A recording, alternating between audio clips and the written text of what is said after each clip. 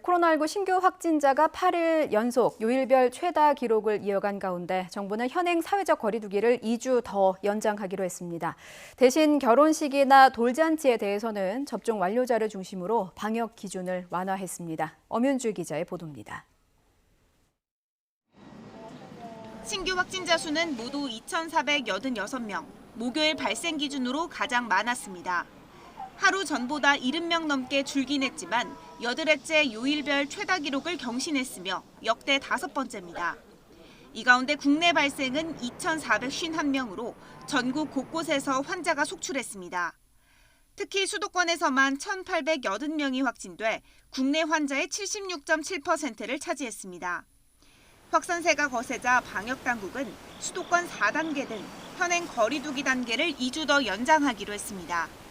추석 연휴 이후 하루 평균 확진자 수가 계속해서 2,000명대를 넘어선 데다 개천절과 한글날 사흘 연휴에 가을 단풍철까지 앞둔 점 등을 고려한 겁니다. 사적 모임 인원 제한도 지금과 같이 똑같이 적용될 것입니다.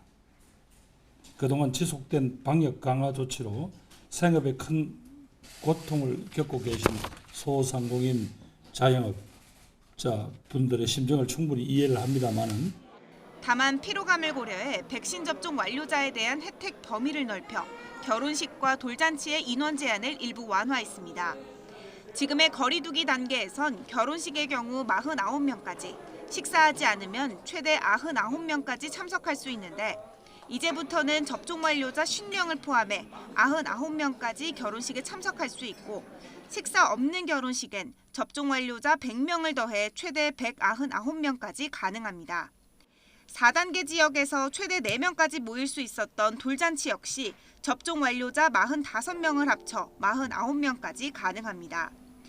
그동안 사적 모임 인원 제한에 적용돼 사실상 영업이 힘들었던 실외 체육시설 또한 숨통을 틔우게 됐습니다. 거리두기 4단계에 따라 낮 4명, 오후 6시 이후 2명 기준은 그대로지만 접종 완료자로만 추가한다면 경기를 진행할 수 있는 최소 인원이 참여할 수 있습니다.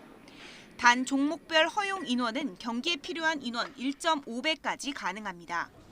방역당국은 이번 거리 두기가 다음 달 단계적 일상 회복으로의 전환을 위한 준비 단계라면서 방역 수칙 준수와 예방접종 참여를 거듭 당부했습니다. 또 2주 뒤에 있을 거리 두기 조정안에선 사적 모임 인원 기준을 단순화하고 시설 운영 제한을 완화하는 방안을 검토할 방침입니다. YTN 엄윤주입니다.